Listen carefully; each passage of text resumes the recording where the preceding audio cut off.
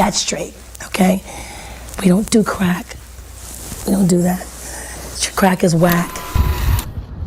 Sometimes you just gotta look up and remember that everything's better than it seems. Growing up, well aware that I was adopted, it was my superpower. I found that if I owned my truth, nobody could use it against me as a weapon, though they definitely tried it. I didn't have the answers to some of the most ridiculous and heinous questions, nor did I handle the uncomfortable situations well, but I knew I was equipped for it. Somewhere along the line, I lost sight of that fact, but we'll get to that later.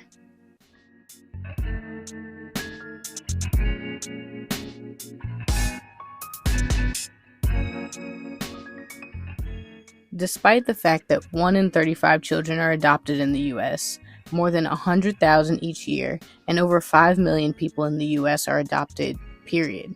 It may be what you expect or nothing like it at all. So honestly, there's probably more people around you who are adopted and just haven't disclosed that, which is perfectly fine, but you never know who's around you or what their situations are.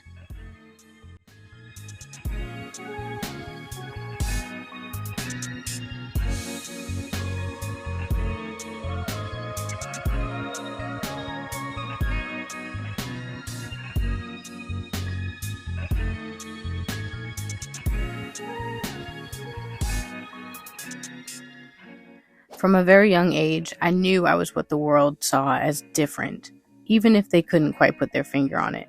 But I held it as special. It takes a special kind of person to bloom despite being uprooted from the environment they were originally intended for. But what I did resent is that my existence was an anomaly amongst normal life. TV, movies, and I'm sure social media dramatize and create a version of what being adopted is supposed to look like. No, you don't have to be one of the children off the UNICEF commercials, no, I don't want your $1 a day, or be connected to drug use, or any other sensationalized drama to make it more palatable for the audience. The fact is, people love trauma as drama. And even if any of those things are true, every person's story has value that shouldn't just serve as entertainment. We all have stories of our own lives and of our own family, but for some reason, being adopted, yours should fit into like a breaking news headline.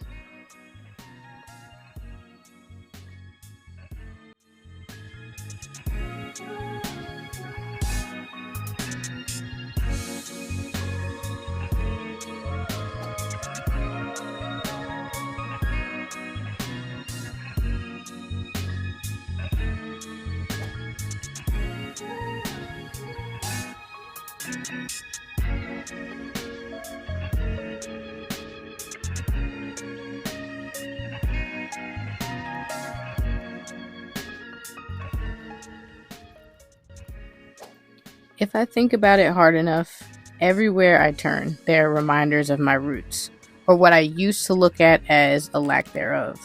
I definitely don't subscribe to that anymore, but the running joke is that I was picked up at a grocery store. It catches people off guard, and I still find it funny to this day. I love meeting people's ignorance with even more ignorance. When they go low, I go to the basement, or whatever Michelle Obama said.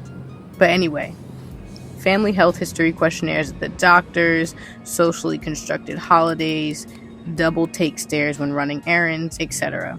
It's not to say any of these particular moments were bad, just a fact of life that I grew accustomed to.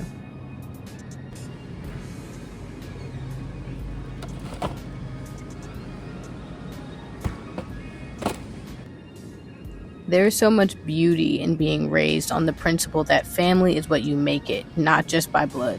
You love a little harder. You appreciate the people around you for who they are, not because of what they are.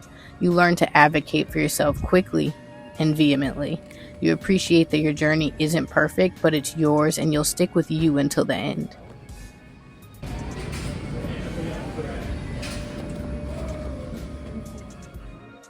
In the words of the late great Tupac, "Did you hear about the rose that grew from a crack in the concrete, proving nature's law is wrong? It learned to walk without having feet. Funny it seems, but by keeping its dreams, it learned to breathe fresh air. Long live the rose that grew from concrete." Safe to say, I did that.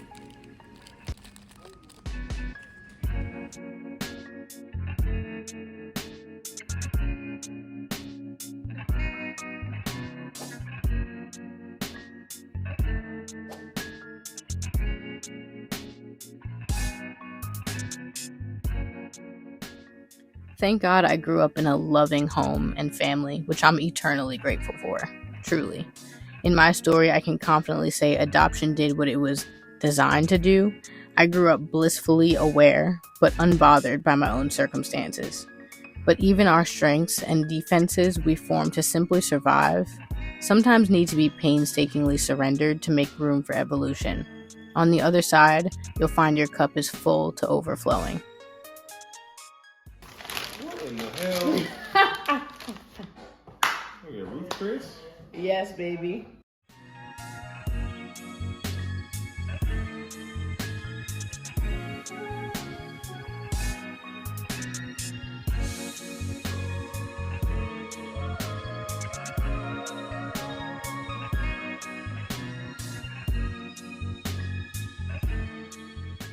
So I'm coming through to the other side, and honestly, still on the journey of coming into my own, as I'm sure we all are. So if there's anything you take away from this, let it be a reminder that you don't need a different past to create a different future.